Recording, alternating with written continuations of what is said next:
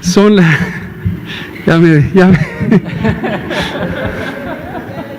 Ahora sí me cambió el ritmo. Son las 19 horas del martes 19 de mayo. Estamos en el Palacio Nacional de México, en la Ciudad de México, y vamos a iniciar la conferencia de prensa diaria sobre la pandemia de COVID, la enfermedad causada por el nuevo coronavirus SARS-CoV-2. Hoy, como acostumbramos más o menos a hacerlo los martes, nos vamos a centrar en dos temas. El informe técnico diario que presentará el doctor José Luis Salomía, director general de Epidemiología, y el informe de movilidad que presentará el doctor Ricardo Cortés, director general de Promoción de la Salud. Y tenemos también un informe que solemos presentar una vez a la semana, que es el de afección del personal de salud. Ha seguido más o menos la misma tendencia, pero bueno, ya verán los detalles. Y luego preguntas y respuestas. Doctor, por favor. Muy buenas tardes a todas y todos. Bienvenidos a la conferencia vespertina. Un saludo también a toda la población que nos escucha, atiende no solamente a la información, sino también a las indicaciones en este día número 58 de la Jornada Nacional de Sana Distancia. Estamos en la conferencia vespertina número 81. Si pasamos a la siguiente diapositiva, actualizamos los números del panorama internacional. Realmente no ha habido mucho movimiento en los últimos días. Prácticamente un cuarto de los casos en la pandemia a nivel mundial son los que siguen manteniendo activa a la misma, es decir, son los casos confirmados en estos últimos 14 días, y empieza a llamar un poco la atención la región del Mediterráneo Oriental, que es la que ha tenido un incremento, había estado en 9, en 10, 11.8, lo cual habla también de que está habiendo actividad de propagación, transmisión en esta región del mundo. Las Américas se han mantenido prácticamente en una proporción de esos casos en los últimos 14 días similar, ha estado variando entre un 48 y un 52% casi ya en las últimas semanas, ¿verdad? Si vemos la siguiente diapositiva, actualizamos para el día de hoy las estadísticas nacionales. Son más de 185,000 las personas que han sido ingresadas a protocolo de estudio, es decir, que presentaban una infección respiratoria aguda, algunas leves, algunas graves, fueron ingresadas a protocolo de estudio, y precisamente de este grupo de personas en las cuales se obtuvo una muestra, un hisopo faríngeo, un hisopo nasofaríngeo, para realizar la prueba de reacción en cadena de la polimerasa, que es la prueba confirmatoria para SARS-CoV-2 y con la cual confirmamos o descartamos un caso de COVID-19. Fueron 54,346 las personas que hasta el momento, desde que inició la epidemia en México, se han confirmado a esta prueba, pero así también 101,979 salieron negativas a la misma. Dentro del grupo de casos confirmados, tenemos a los casos confirmados activos. Estos son 11,767, que también es un poco menos de un cuarto de todos los casos que se han confirmado hasta el momento, y que representan entonces, para fines prácticos, la epidemia activa en México, que todavía continúa movilizándose. Así también son 5,666 las defunciones ocurridas y que han sido confirmadas también por laboratorio a través de un resultado positivo a SARS-CoV-2. En la siguiente diapositiva veremos la distribución de la carga acumulada, estos 54,346. Todavía siguen siendo 3 las entidades federativas que han rebasado la máxima escala, que son esos 3,000 casos, ya los veníamos diciendo en días previos: el Estado de México, la Ciudad de México y Baja California, y el 65% de las entidades federativas tienen más de 500 casos confirmados. Eso es un número que todavía se ha mantenido también en los últimos días. 42.5 la cantidad de casos por 100,000 habitantes, eso es lo que vamos hasta el momento. En la siguiente diapositiva, solo una distribución de manera descendente. Pueden ubicar ustedes a los 3 estados que comentábamos, que han superado ese esa cifra de los 3,000 casos acumulados y bueno, pueden identificar a todos los demás en este mismo orden. En la siguiente diapositiva veremos ahora la carga de casos activos. La epidemia reciente en México, la epidemia activa en México, 11,767. Igual veníamos diciendo en días previos que empezaríamos a ver un poco más de entidades federativas en color rojo, que significa que tienen más de 500 casos que están acumulados en los últimos 14 días, y esto lógicamente representa cuáles son estas entidades que en función de la coloración son los que han estado confirmando y acumulando estos casos en esa temporalidad, lo que habla que tienen transmisiones activas. En la siguiente diapositiva veremos igualmente el orden descendente de estos, siendo la Ciudad de México y el Estado de México los que han confirmado la mayoría de los casos en los últimos 14 días, pero en la siguiente diapositiva veremos si por tasa de incidencia acumulada de la epidemia activa, que sería 9.2 para todo el nivel nacional.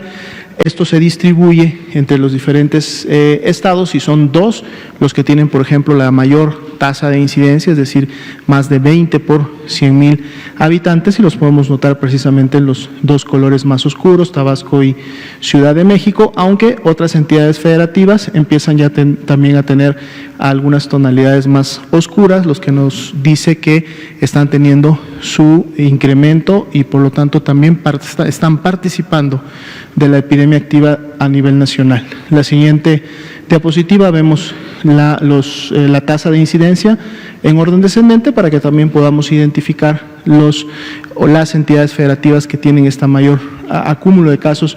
Ciudad de México y Tabasco, ya con base poblacional, son las que se sitúan en los primeros 2 lugares por tasa de incidencia, que nos da el comparativo poblacional.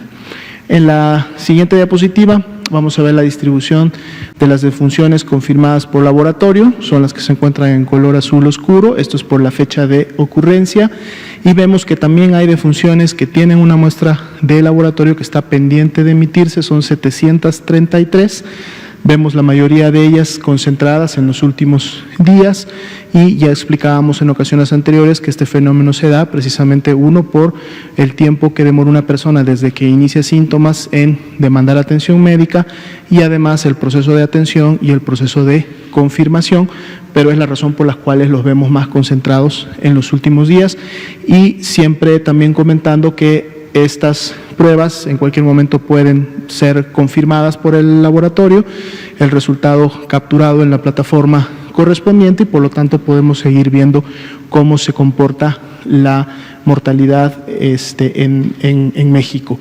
En la siguiente diapositiva veremos la distribución por entidad federativa. Igualmente vemos esos espacios en color ámbar, en color naranja claro, que en su momento nos dicen que ahí vamos a tener, se espera todavía un incremento en la cantidad de casos, de defunciones, confirmadas para cada una de estas entidades federativas. En la siguiente diapositiva veremos la curva epidémica, casos confirmados en el color rojo oscuro guinda y también los casos aún sospechosos que tienen una muestra de laboratorio que no ha sido emitido el resultado e igual vemos este mismo fenómeno como estas se acumulan en los últimos días por lo que acabamos de comentar y además importante mencionar que más de la mitad de estos casos, de estos 29,000 casos sospechosos, precisamente son casos de la Ciudad de México y del Estado de México. Solamente estas 2 entidades concentran más de la mitad de todos estos casos y esto es debido precisamente a que son los 2 estados en los cuales en los últimos días, en lo que va también de esta semana y en base a los pronósticos que ya se habían dado, estamos precisamente cursando en esos picos esperados de mayor transmisión y de mayor cantidad de casos. En la siguiente diapositiva veremos la carga acumulada, 54,346, pero vemos también el incremento que ha sucedido en las últimas 24 horas, 2,713 casos confirmados en las últimas 24 horas. Podemos ver la barrita naranja en la parte inferior, que además por la misma cantidad en las últimas 24 horas es la barrita más alta que hemos tenido hasta el momento. Y esto también está explicado, por el hecho de que además de que estamos en estos dos estados que comentábamos con una carga importante, porque así se había proyectado, también recordemos que para estas fechas hay otras entidades federativas también que están iniciando o están también por llegar a sus ACMEs, es decir, a sus picos epidémicos. Por lo tanto, esperamos una buena carga de casos confirmados en estos siguientes días. Bien, en las siguientes diapositivas revisaremos la disponibilidad y ocupación hospitalaria. De las 23.213 camas para pacientes IRAG general que en su momento se prepararon en todo el país, se nos reportó al corte de ayer a la medianoche que 9.069 de estas 23.213 estaban ocupadas. Por lo tanto, la proporción de ocupación es de un 39%. Esto también vemos cómo se incrementó del día de ayer y cómo se ha estado incrementando en los últimos días. Aún así, también el reporte nos dice que hay 14.144 camas IRAG general todavía disponibles, que sería precisamente la diferencia de ese 61% aún disponible. 96% es la tasa de notificación, son la proporción de unidades que han notificado su ocupación o su disponibilidad de camas. Por lo tanto, con este 96% podemos decir que tenemos bastante y buena información que en su momento nos están dando estos números. En la siguiente diapositiva veremos ese 39% distribuido a nivel nacional. Vemos cómo la Ciudad de México ha tenido un incremento importante de ocupación. El día de hoy llega a un 74%. Lo sigue el Estado de México con un 61%. Guerrero con un 59%, Baja California todavía con un 55%, aunque ha estado a la baja. Si recuerdan, Baja California se encontraba siempre entre el segundo y tercer lugar de ocupación, pero ahora vemos precisamente a estas dos entidades federativas que hemos dicho en diapositivas anteriores y conferencias anteriores que estamos en esos días de mayor intensidad de la generación de casos, y por eso vemos cómo hay un incremento importante.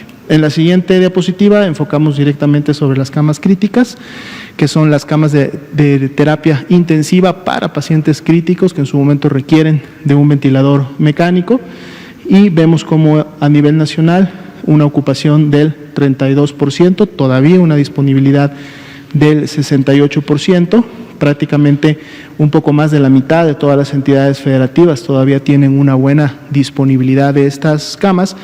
Y eso es lo que en su momento también hace posible que las mismas instituciones puedan contar con personal y con equipamiento, como son los ventiladores, que pueden ser en su momento trasladadas a entidades donde se está teniendo mayor necesidad, como serían la Ciudad de México, Baja California y el Estado de México, para poder seguir reconvirtiendo o expandiendo la capacidad hospitalaria que en su momento permite siempre poder tener disponible una cama de este tipo para las personas que así lo requieran. Ese sería el informe al día de hoy. Muchas gracias, doctora Lomía.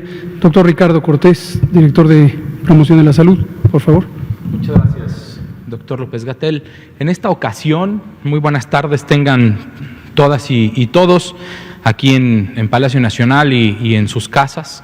En esta ocasión, el informe de movilidad tiene un cambio de perspectiva.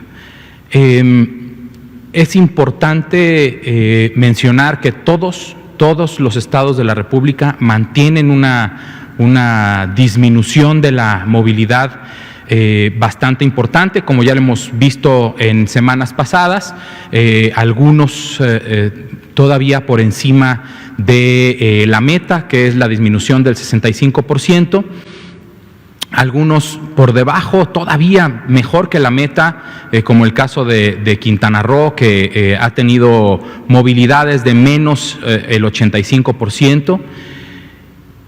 Pero nos pareció importante un análisis que nos hizo el favor de presentar y de compartir el CONACYT, en donde lo que estamos viendo es la movilidad de los últimos 15 días dividido en dos periodos. El promedio de la movilidad de hace 2 semanas, ¿sí?, versus el promedio de la movilidad de la semana pasada. ¿Y cuál ha sido el cambio? Y nos parece importante porque lo que podemos observar en la gráfica es cómo el estado de Aguascalientes, a pesar de tener un gran esfuerzo en disminuir su movilidad, de una semana a otra incrementó su movilidad un 11%, casi 12%. Eso quiere decir que se movió de menos 40 a menos 30. Esa diferencia, lo que puede significar en términos de la epidemia local en Aguascalientes, es un incremento en el número de casos o en la actividad viral en el futuro cercano. Sabemos que el periodo de incubación es hasta de 14 días, entonces la consecuencia de que algunos ciudadanos hayan decidido movilizarse por cualquiera de las razones que éstas sean, puede tener consecuencias en el incremento del número de casos. Hemos puesto esta línea roja en el 3%, pensando que el 3% de las personas pudieran moverse para hacer algunas compras, para movilizarse al súper, a movilizarse al mercado, movilizarse a la farmacia. Pero a partir de un 3% extra lo hemos también definido como un punto de análisis específico para que cada entidad federativa, que cada estado, que cada ciudadano que ha decidido moverse por causas que no fueran esenciales, lo piense y pueda mejor buscar una alternativa a la actividad que quería hacer y a la que se definió como una movilidad. Entonces, Baja California Sur también se movió, incrementó casi un 9% su movilidad, al igual que Colima, Michoacán, Baja California, Durango, Morelos, Sonora, Hidalgo, Chihuahua, Yucatán, Nuevo León, Tabasco y Campeche. Fueron aquellos estados cuya movilidad se incrementó en un más de 3% con respecto de una semana que pasó hace 15 días versus la semana anterior. El resto de estados, por ejemplo, de San Luis Potosí hacia la derecha de su pantalla, hasta llegar a Jalisco y Ciudad de México, que prácticamente no se movieron en nada de una semana a otra, y particularmente Querétaro, Zacatecas, Tlaxcala, Puebla y Nayarit, todavía disminuyeron aún más su movilidad de una semana a otra, lo cual también es, hay que agradecer a la población de estos estados y es un agradecimiento en general a toda la población, a toda la sociedad mexicana, pero quien se vea reflejado en estos incrementos y que no hayan sido por alguna actividad esencial, por favor, como hemos dicho en repetidas ocasiones, quédate en casa. Muchas gracias. Gracias, estimado doctor Cortés. Ya no presentaste lo de médicos, ¿eh?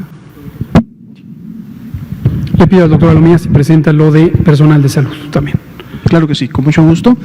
Actualizamos entonces las cifras para esta semana del personal de salud que también ha sido afectado por esta epidemia de COVID. Recordando que el personal de salud, pues bueno, es el que está precisamente en la primera línea de atención a las personas que en su momento llegan demandando la misma.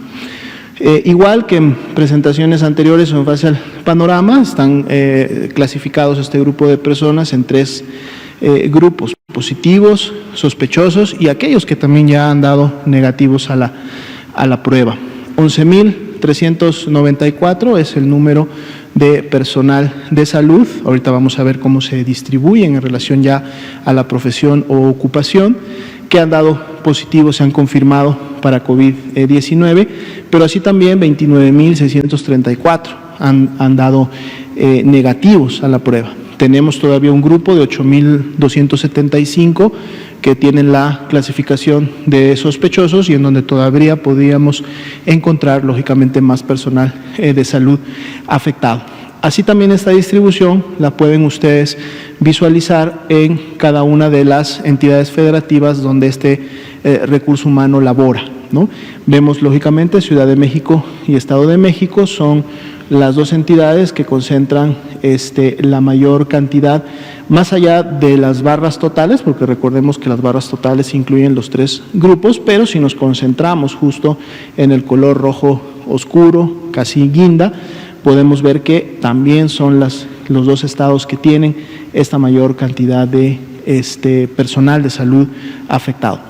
En la siguiente diapositiva podemos ver una curva epidémica similar a la que vemos de los casos a nivel nacional, pero ahora una curva que está solamente construida con personal de salud afectado, y podemos ver prácticamente un perfil similar al que vemos en los casos confirmados, ya que pueden ustedes ver que estos casos sospechosos, que todavía están pendientes de tener un resultado de laboratorio, están precisamente concentrados también en los últimos días, es decir, una afectación que es reciente, que es parte de la epidemia activa que estamos teniendo en México. Y en las siguientes diapositivas precisamente vamos a poder ver esta situación. Aquí está los casos activos, es decir, el personal de salud que ha enfermado en los últimos 14 días, son una cuarta parte de todos los que lo han hecho desde que inició la epidemia y representan 2.790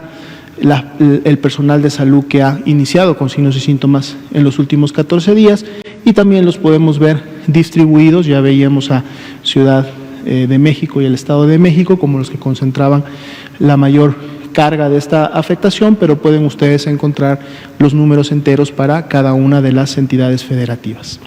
En la siguiente diapositiva, por favor, podemos ver los casos confirmados acumulados. Ahora sí regresamos nuevamente a los 11.394 casos totales y cómo se distribuyen por grupo de edad y en su momento también por sexo.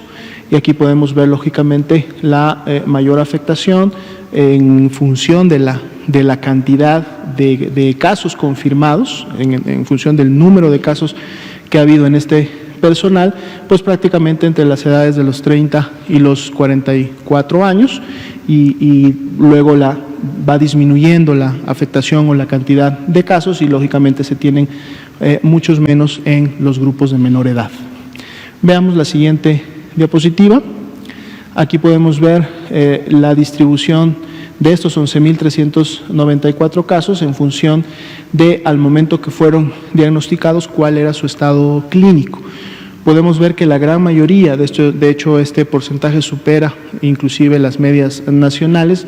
Vemos como un 90% tuvo una evolución o una presentación de su enfermedad de tipo ambulatorio, aunque también se tuvo un grupo de hospitalizados, 4.7 ingresaron de manera estable, pero un 5.1% eran casos graves, e inclusive un 0.6, aunque es menos del 1%, ingresaron en un estado crítico, que quiere decir que necesitaron ser intubados, y estos porcentajes también son mucho menores que lo que hemos observado en la media nacional en relación a todas las demás personas que han enfermado.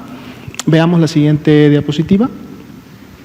Bien, estos son los casos acumulados por institución de notificación. Aquí es importante hacer mención a un fenómeno que puede suceder, es decir, esta es la institución que en su momento detectó, clasificó por lo tanto como sospechoso primero a esta persona, a este personal de salud, y posteriormente lo confirmó, ¿sí?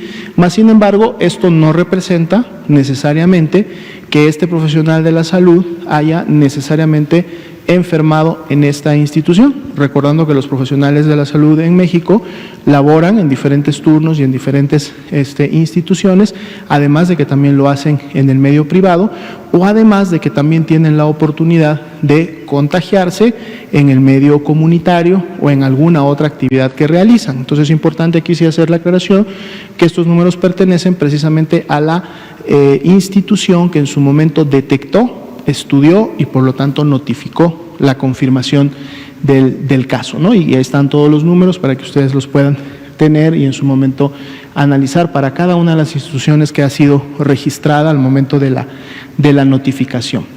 Si pasamos a la siguiente diapositiva, aquí sí vemos ahora la distribución del personal de salud por la profesión o ocupación que ejerce. Vemos que la mayor proporción de estos, un 41%, corresponden a enfermeras y enfermeros, que fueron los que enfermaron.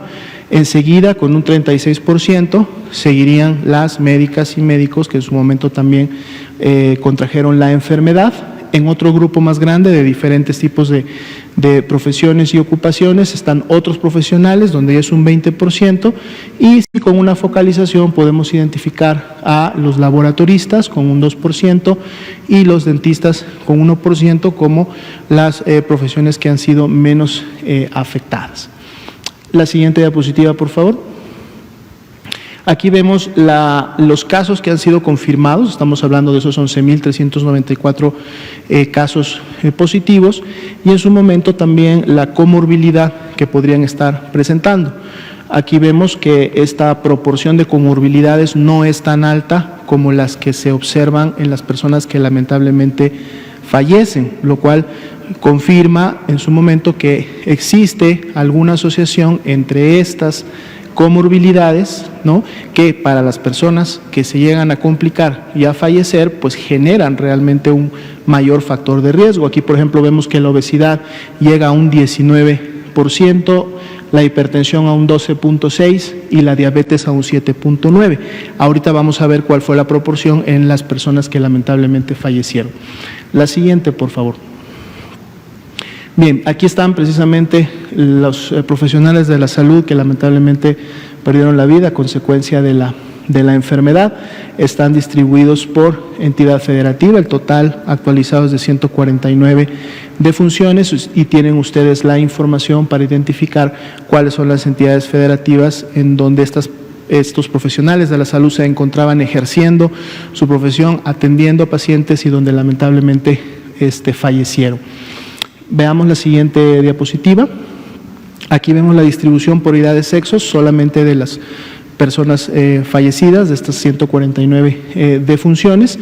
Vemos una distribución de alguna manera bastante similar a la que veíamos en la distribución de los casos confirmados, ¿no? No hay una predisposición a algún grupo como tal. En la siguiente diapositiva vemos también la ocupación a la cual desempeñaba. Aquí sí vemos que hay un incremento en la proporción que llega prácticamente hasta un 82% en el grupo de médicas y médicos, ¿no? A diferencia, como veíamos en el cuadro anterior, que eran las enfermeras y los enfermeros los que mayormente se contagiaban y padecían de la enfermedad. Los que llegan a fallecer por complicaciones de la enfermedad realmente es este otro grupo, y los enfermeros realmente y enfermeras bajan a un 24%, y otro personal de salud sube a la mitad con un 38%. Veamos la siguiente diapositiva, en donde vamos a ver, si mal no recuerdo, precisamente las comorbilidades. Esto, había creo que una más donde estaban las comorbilidades, porque cuando se hace el análisis, esos 19, 14 que se veían, llegan a incrementarse como lo veíamos en población general. O sea, llegan, en el caso de la hipertensión, en el caso de la obesidad, llegan a acercarse a números del 40, 45%, y ahí es cuando en su momento vemos cómo estas comorbilidades realmente representan un riesgo para la población en general y lógicamente también para grupos focalizados, como pudiera ser el personal de salud. Muchas gracias. Gracias, doctor. Gracias, doctora Lumía. Pues vamos a abrir a preguntas y respuestas. Bianca Aguirre, de Notimex. Usted, colega. Usted, Araceli. Usted. Buenas noches, gracias. Bianca Aguirre, de Notimex TV. Subsecretario, el secretario de Salud, Jorge Alcocer, hace un rato pues reveló que tras los primeros ensayos clínicos del medicamento Remdesivir, que se usó a pacientes mexicanos, pues funcionó. Y también se registró el efecto pues positivo en ellos. El canciller Marcelo Ebrard informó que habían sido 7 pacientes. Hoy el secretario Jorge Alcocer dijo que ya se amplía el número de personas que están en esta atención. Quiero saber, por favor, subsecretario, cuál es este número y, bueno, pues en caso de que siga resultando efectivo, cuál va a ser la manera de cómo van a conseguir este medicamento, dado que no es nada barato. Son más o menos 108 mil pesos. Y también preguntarle, Mexicanos contra la Corrupción informó que tuvo acceso a una base de datos de registros y que cotejaron con el registro civil una muestra representativa de los mismos y validaron que el universo de los fallecidos en ese periodo podría ser del triple. Si puede comentarnos, por favor, de esto. Muchas gusto. Gracias. Sobre lo primero, el uso de fármacos que se encuentran todavía en una fase experimental, tenemos una guía y me gustaría, si son tan amables, si el doctor Cortés nos ayuda a una pronta identificación, si podemos poner el sitio coronavirus.gov.mx y el doctor nos va a ayudar a encontrar rápidamente. Tenemos una guía específicamente sobre el uso de medicamentos que se encuentran en fase experimental. El título es más largo, es medicamentos que no tienen eficacia comprobada. Es el caso de Remdesivir. Este fármaco posiblemente es prometedor, como bien señala mi maestro, el secretario de Salud. Hay resultados preliminares de los ensayos clínicos, todavía ensayos muy limitados en tamaño, en la composición de la población estudiada. A esto nos referimos con que ensayos clínicos son los experimentos médicos que se hacen para evaluar la seguridad, en primer lugar, la eficacia de los medicamentos. Igual pasa con las vacunas. Y la población debe saber que estos experimentos no son situaciones que se hagan a la ligera, siguen rigurosas reglas de ética, de bioseguridad y de calidad de investigación. Y México tiene en sus instituciones de investigación clínica estándares muy altos, con estándares internacionales sobre esta materia. Pero finalmente, cuando existe un medicamento nuevo que puede ser prometedor, hay un ciclo de desarrollo que empieza con pruebas en situaciones fuera de la vida, es decir, ni siquiera modelos animales, ensayos de laboratorio. Después, cuando se muestra que hay potencial de un medicamento para reducir, en este caso, el virus o la concentración del virus, pueden pasar eventualmente a una etapa de investigación en seres humanos. Al inicio se hacen ensayos muy chiquitos, 10, 12, 15 personas, muy cuidadosamente seleccionadas, y el objetivo es evaluar la seguridad. Esta se llama fase 1 de la investigación clínica. Luego son ensayos un poco más amplios, algunas pocas decenas de personas. Se sigue evaluando la seguridad y se empieza a evaluar la eficacia. Eficacia, como hemos comentado en otras ocasiones, es la utilidad que tiene, en este caso, un medicamento para cumplir un propósito buscado, en este caso, reducir el tiempo de recuperación o reducir los desenlaces desfavorables de la enfermedad.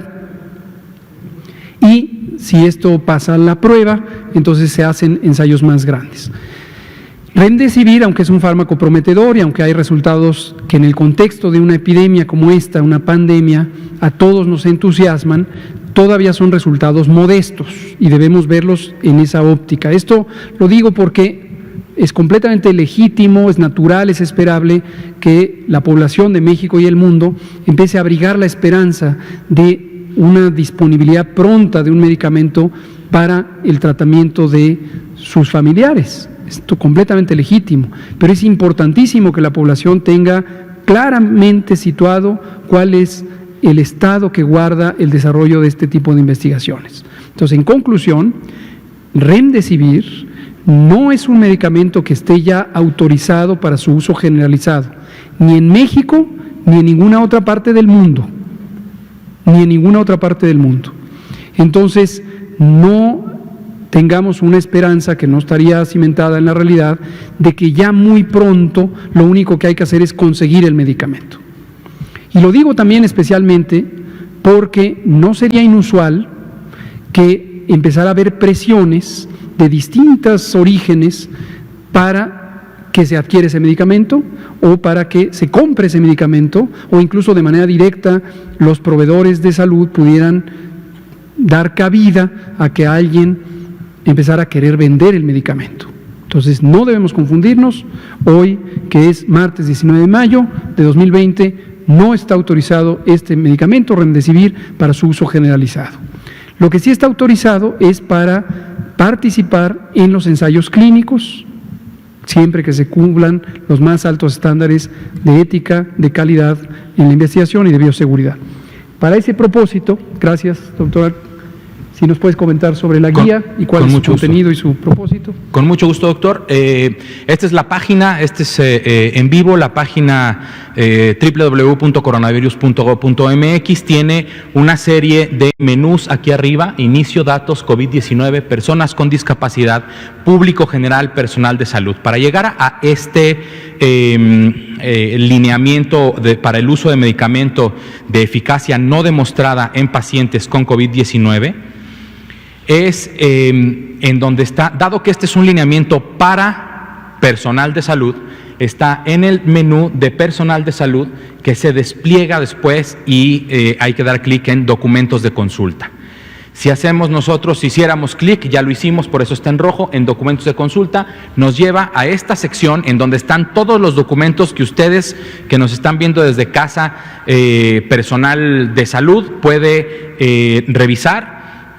Y está uso de medicamentos, está el correcto llenado de certificados de defunción, está la correcta higiene de manos para atender a sus pacientes, y, por ejemplo, está también la guía para la protección de la salud de personas con discapacidad en el contexto de COVID-19. La mejor guía para llegar a todos estos documentos, que también hay documentos de consulta para público general, es a través de los menús de arriba, para desplegar cuál es el tema que quisiéramos ver. Muchas gracias. Gracias. Esto, para pronta referencia, desde luego, aunque está destinado a personal de salud, cualquiera o ustedes como comunicadoras y comunicadores pueden acceder.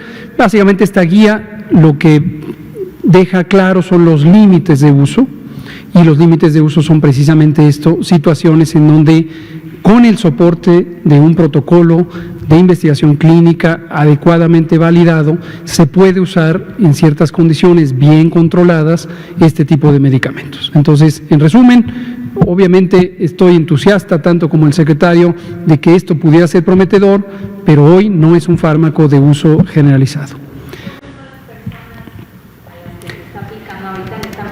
Le actualizo con gusto, no lo tengo en este momento. Los primeros son los que mencionó el doctor Alcocer y que anunciamos también aquí en el Pulso de la Salud.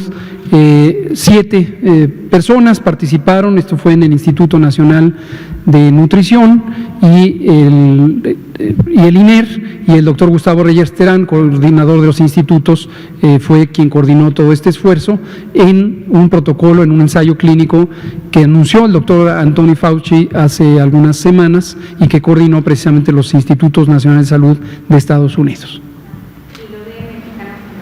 Mexicanos, este organismo, pues es un tema, yo creo que ya muy trillado, seguirá saliendo. Yo creo que hay gente que llega con distintos niveles de actualidad, o quizá ya tenían una investigación en curso y cuando salen notas pues se les cambia el calendario, pero pues ya de todos modos ya lo tenían y lo sacan. No es información nueva, hemos explicado yo creo que demasiadas veces cómo funciona la vigilancia epidemiológica, cuál es el uso de la vigilancia de casos, el reconocimiento de casos, cuál es la vigilancia basada en laboratorio, cuál es la vigilancia basada en desenlaces clínicos, cuál es la vigilancia basada en casos sospechosos y casos confirmados, cuál es la vigilancia de ocupación hospitalaria, que es el énfasis de la fase 3, como lo dijimos hace muchas semanas.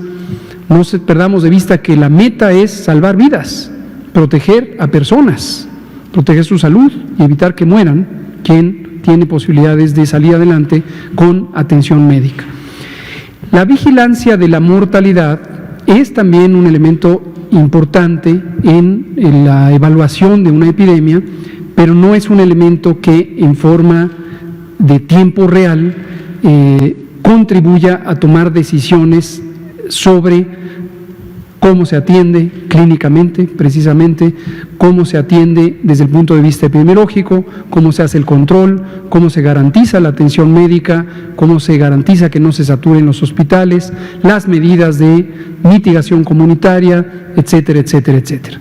En México, al igual que en Estados Unidos, al igual que en Canadá, al igual que en Reino Unido, al igual que en otros países europeos, se sigue distintos protocolos para evaluar el impacto que tiene un evento de salud, no solamente una epidemia, sino otros eventos comunes, independientemente de que sean frecuentes o infrecuentes, sobre la mortalidad. La mortalidad, por su naturaleza, es un proceso en el que la información se recaba en ritmos más lentos y, como lo hemos explicado, en México tenemos varios mecanismos que se basan precisamente en los certificados de defunción. Certificado de defunción es el documento de donde el personal generalmente de salud documenta las causas de muerte.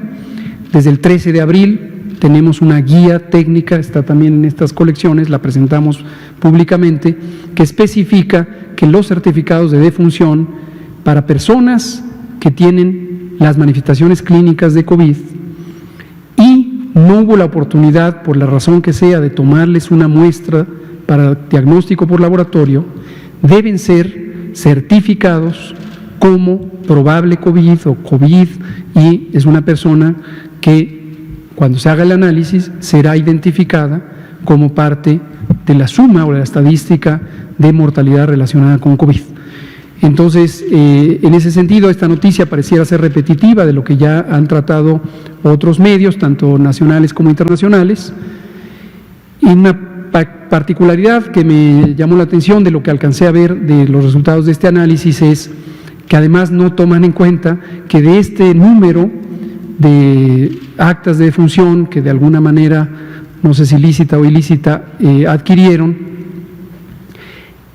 lo más probable es que la enorme mayoría son precisamente los casos que sí tenemos confirmados, porque en el certificado, que sigue otro proceso completamente distinto, obviamente no habla del resultado del laboratorio.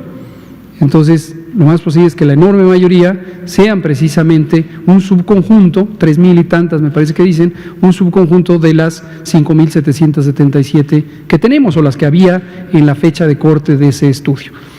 Entonces, seguirán apareciendo, siempre que haya la duda, si el público siguiera estando en interés, pues lo comentamos. Muchas gracias, Bianca Aguirre. Por favor, usted, y Ayara Celi y usted. Son 19:42. Gracias, doctor. Buenas tardes a su equipo.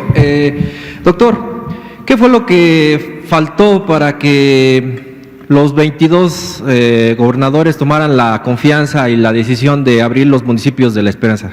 ¿Qué fue qué considera usted como reflexión a lo mejor que usted piense, su equipo, que colabora con usted para que tomaran esta decisión los 22 gobernadores? Gracias. Muchas gracias. Su pregunta es muy útil porque nos da pie a comentar que hoy tuvimos, además de la reunión semanal que tenemos con las y los secretarios de salud estatales, inmediatamente después tuvimos una reunión, todo esto virtual, por videoconferencia, con los gobernadores y la gobernadora del estado de Sonora, precisamente para abordar, en términos generales, todo el plan de la nueva normalidad, en los que está lo de los municipios de Esperanza, lo que está la incorporación de actividades productivas de los sectores minero, de construcción y de automotriz, y en un diálogo muy constructivo, como suele ser. En este caso se convocó a los gobernadores de los estados donde hay actividad productiva automotriz, de la línea automotriz, y lo convocó la secretaria de Gobernación, nuestra respetada y querida doctora Olga Sánchez Cordero, por supuesto conjuntamente con el doctor Alcocer, participó el director del IMSS y tuvimos esta conversación. Varios gobernadores expresaron sus razones de por qué no consideraron a los municipios de La Esperanza que se habían propuesto o prefirieron tener una postura de cautela. Como hemos comentado en varias ocasiones, pero quizá vale la pena reiterarlo, dos posiciones no necesariamente implican una contraposición o un pleito o un enfrentamiento. La Ley General de Salud es muy clara cuando habla de la concurrencia. Concurrencia, en términos llanos, lo que quiere decir es dos que coinciden para un mismo propósito. En este caso, esos dos son la Autoridad Sanitaria Federal, que es el Presidente de la República, el Consejo de Salubridad General y el Secretario de Salud, y 32 autoridades estatales que tienen responsabilidades en el marco de su territorio. Las apreciaciones son complementarias porque los y las gobernadoras tienen un reconocimiento más cercano a lo que ocurre en la localidad, continuamente hablan con las titulares del poder municipal, hablan con organizaciones sociales locales, etcétera. Y es muy enriquecedor este diálogo porque al final de cuentas nos lleva a decisiones concertadas. Advertimos desde el inicio, al terminar la Jornada Nacional de Sana Distancia, que esto no ha ocurrido, nos quedan 12 días todavía, esto ocurrirá el 1 de junio, pero al tener este posible adelanto con los municipios de La Esperanza, se quita la disposición de carácter nacional, pero abajo permanece, abajo no es un peyorativo, es una metáfora, permanece la autoridad sanitaria estatal completamente facultada para tomar decisiones. Entonces nos externaron distintos criterios, en algunos casos tienen que ver con el reconocimiento de patrones de movilidad, que difícilmente los podemos apreciar en el nivel federal, pero ellos sí los conocen. Esa información a veces no está registrada en ninguna parte, sino es vivencial. O nos informaron, por ejemplo, de que la disposición de los propios gobiernos municipales no era favorable. Y como ha dicho el presidente una y otra vez, nada por la fuerza, todo por la razón y con base en la ley, ¿no? Entonces no hay problema, no hay ningún problema. La mayoría lo que dijeron es, prefiero no hacerlo ahorita, lo hacemos el 1 de junio. Muchas gracias. Araceli de Canal 11 y usted. Gracias, secretario. Preguntarle si existen más ensayos clínicos aparte del Remdesivir que se estén realizando y en estas fases que nos está detallando, ¿cuánto lleva o de qué depende el tiempo que se dé para determinar si este Remdesivir ya se puede utilizar, sobre todo en los tiempos? Y si fuera tan amable, las personas de los muertos, trabajadores de la salud, las personas que lamentablemente han perdido su vida, de estos, ¿cuántos familiares o cuántas personas, hijos o papás de estas personas han reclamado ya el seguro de vida anunciado la semana pasada por el gobierno federal? Si fuera tan amable, gracias. ¿Cómo no? Desafortunadamente ninguna, porque estos lamentables fallecimientos en nuestras compañeras y compañeros trabajadores de la salud ocurrieron antes de este ofrecimiento. Entonces, este ofrecimiento apenas se anunció la semana pasada, vino aquí precisamente la representante de la AMIS, la Asociación Mexicana de Instituciones de Seguros, y está por implementarse. Esperamos que se haga de manera muy expedita para que tengamos mayor oportunidad de dar cobertura financiera en términos de aseguramiento a las familias de nuestras compañeras y compañeros trabajadores de la salud, pero ninguno de los que hasta ahorita han sido presentados. Sobre los ensayos clínicos, ¿qué otros hay? Igual queda pendiente, con mucho gusto actualizo la información, tanto en el Seguro Social, que participa en algunos, como en la coordinación de los Institutos Nacionales de Salud, que participa en otros. Hay algunos que ya participó en ellos, como el de hidroxicloroquina, con, siempre se me olvida el nombre de el macrólido, acitromicina, de acitromicina, el de cloroquina, el inhibidor de IL-6, en fin, de los productos que estaban. Por cierto que ivermectina ha sido mencionado en los medios de comunicación como un producto prometedor. Sin embargo, hay que situarnos en cuál es la etapa. Ivermectina fue evaluado en la fase de laboratorio, nada más. Entonces, ivermectina es un medicamento antiparasitario de uso común, tanto en uso humano, aunque restringido, y en uso veterinario, de manera muy extensiva. Y está muy lejos, mucho más lejos que Remdesivir de convertirse en un producto prometedor. No pensemos que ya mañana hay que usar ivermectina. Y mucho mayor cuidado hay que tener con productos farmacéuticos de uso ya registrado para otros fines, porque están a la mano. Entonces, no pensar que es ir a la farmacia y comprar ivermectina. Y concretamente en el caso de ivermectina, es un producto con importante nivel de toxicidad. Es decir, es tóxico, tiene efectos secundarios importantes. ¿Cuánto tiempo lleva la investigación? Y aquí aprovecho para comentar sobre vacunas también, actualizar en el sentido de que también han salido ya noticias de algunos candidatos prometedores a vacunas. Todos están en una fase muy incipiente de la investigación preclínica y clínica, y todavía no hay una esperanza de que esto pueda venir rápido. ¿Cuánto tiempo se tarda? Depende de muchos factores. Uno de ellos, que a veces es el factor más determinante, es la velocidad a la que se pueden identificar personas candidatas a participar en el estudio, de acuerdo a sus características. Y cómo los estudios, las distintas fases 1, 2, 3 y 4 de la investigación clínica, primero y ante todo privilegian la seguridad. Los primeros estudios se hacen con criterios de selección muy exigentes. Tienen que ser personas o bien muy bajo riesgo, o personas en las que están en una situación muy crítica, en las que hay poca esperanza de que cualquier otra cosa pudiera funcionar. Es justo parte de lo que dice esta guía sobre el uso de fármacos de eficacia no demostrada. Entonces, los tiempos son variables. En este caso, el ensayo de Remdesivir, en el que participaron investigadoras e investigadores mexicanos, duró aproximadamente 3 meses, términos gruesos, desde que se planteó a México participar hasta que se participó y que salieron los resultados que se hicieron públicos. Muchas gracias. ¿Quién seguía? ¿Usted? Pues usted de una vez. Y usted, ¿verdad? Habíamos dicho. Buenas tardes, Juan Hernández del periódico Basta de Grupo Cantón. Bueno, ya se había tocado el tema de estos gobernadores que no quieren entrar precisamente en esta etapa precisamente de los municipios de La Esperanza.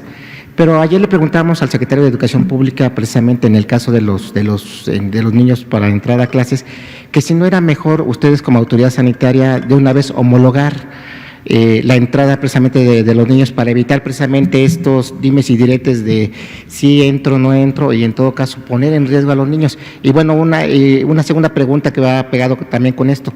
¿No se corre el riesgo que estos municipios de verdes se puedan convertir en una especie de como de santuarios de personas que precisamente que ya están hartas de la falta de movilidad, los invadan precisamente como va a haber pues ya la posibilidad de apertura de cafés, de bares, bueno, no sé, se contempla ahí, que sea algo contradictorio o contraproducente? Gracias. Muchas gracias. Contesto lo segundo. Creo que es una preocupación legítima que, sobre todo en las dinámicas locales, a nivel local, pudiera haber una migración, aunque sea temporal, de personas de municipios vecinos o no tan vecinos, en la medida en que se identifiquen como refugios o santuarios con baja probabilidad de contagio. Aquí lo que tenemos que dejar en claro es que ningún municipio del país o del mundo está exento de poder tener contagios y convertirse en una zona en donde haya transmisión de COVID. No pensamos, dadas las características de los municipios de La Esperanza, que pudieran tener súbitamente un influjo de personas, en primera porque no son municipios con infraestructura para ello, no son municipios turísticos, básicamente son municipios en su mayoría rurales, dispersos, muy acostumbrados a las dinámicas locales. Eventualmente podría pasar que familiares, por ejemplo, acudieran ahí.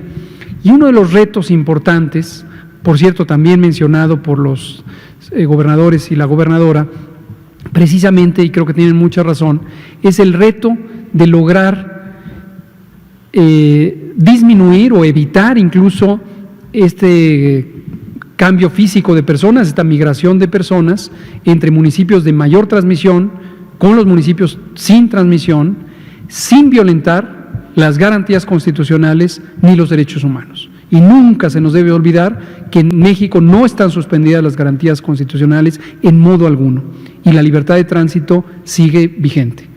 Entonces, aquí es un esfuerzo de persuasión, de orientación de las personas y el reto es cuando hay necesidades para esta migración, por ejemplo, el abastecimiento de productos alimentarios. Es común que en estas zonas rurales haya una cabecera municipal o un municipio en el que existe el mercado de los domingos, por ejemplo, donde la gente se abastece de productos agrícolas o algunos de origen local. Y eso puede llevar a movilidad comunitaria importante. Entonces, es un reto. No consideramos que vaya a haber una enorme migración inusual, solo motivada por el hecho de percibir que pudieran ser sitios santuarios, sitios seguros.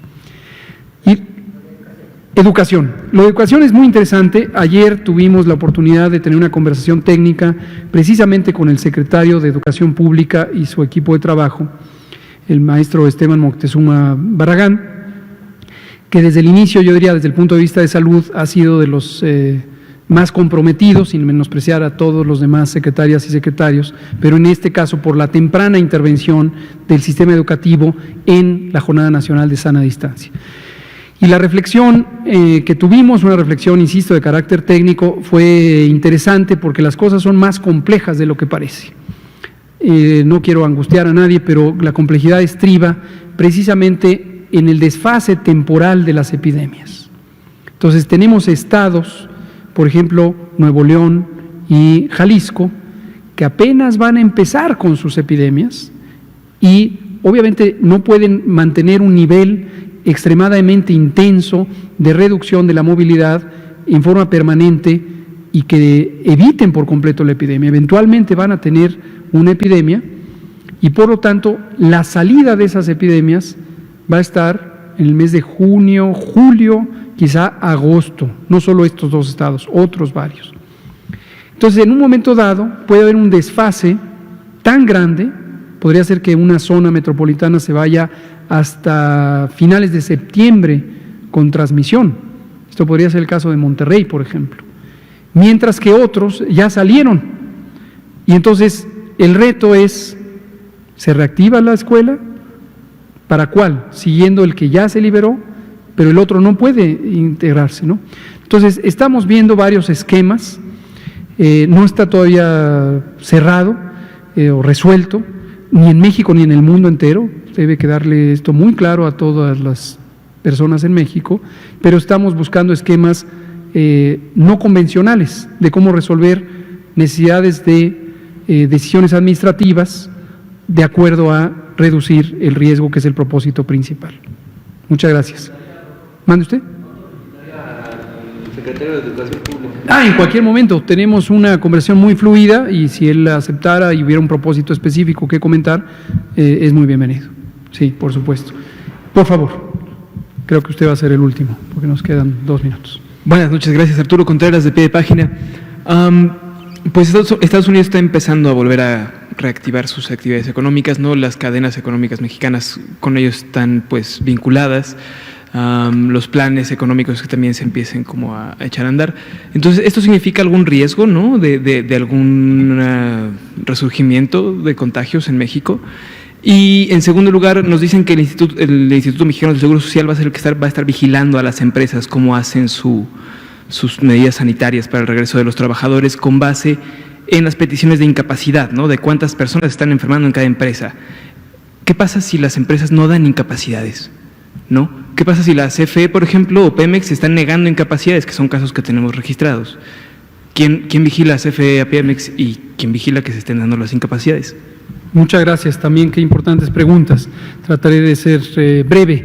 Primero, para dejar completamente claro, sin ambigüedad alguna, que efectivamente en México y en cualquier país del mundo, de hecho en todos los países del mundo, existe el riesgo de rebrotes de COVID, todo el mundo.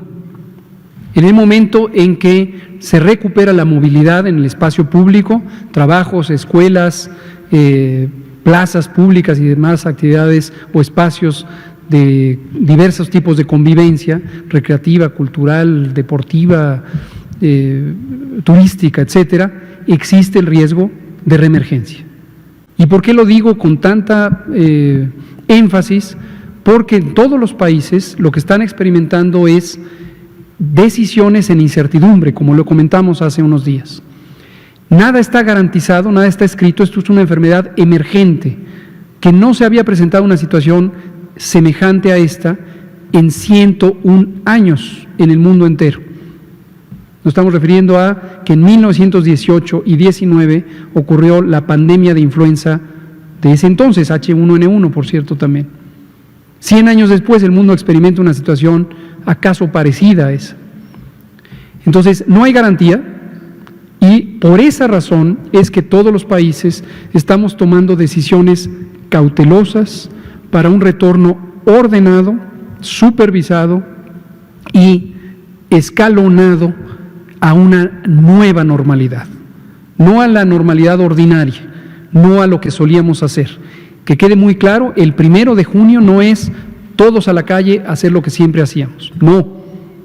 El 1 de junio, cuando termine la Jornada Nacional de Sana Distancia, es con base en disposiciones locales, estatales de la autoridad sanitaria, pero asesorados por el gobierno federal, vamos a tener municipios y estados con distintos colores de semáforo, rojo, naranja, amarillo y verde, que de manera muy clara y explícita representarán distintos niveles de riesgo epidémico. Y solo en aquellos que tengan las características suficientes para un bajo riesgo, habrá una apertura más grande de actividades. Los que estén en amarillo o en anaranjado es una apertura moderada o controlada de actividades. Los que estén en rojo, solo las actividades esenciales podrán operar, ¿no? Y terminando con el tema de las incapacidades, el ISSSTE es al que le corresponde el proceso de incapacidades. Todas y todos los trabajadores al servicio del Estado o de las entidades públicas tienen derecho a las incapacidades laborales, tanto como las tienen los trabajadores de las empresas privadas, y nadie debe permitir que se le conculque ese derecho. Muchas gracias. Son las 20 horas con 2 minutos. Aquí terminamos. Muchas gracias. Gracias.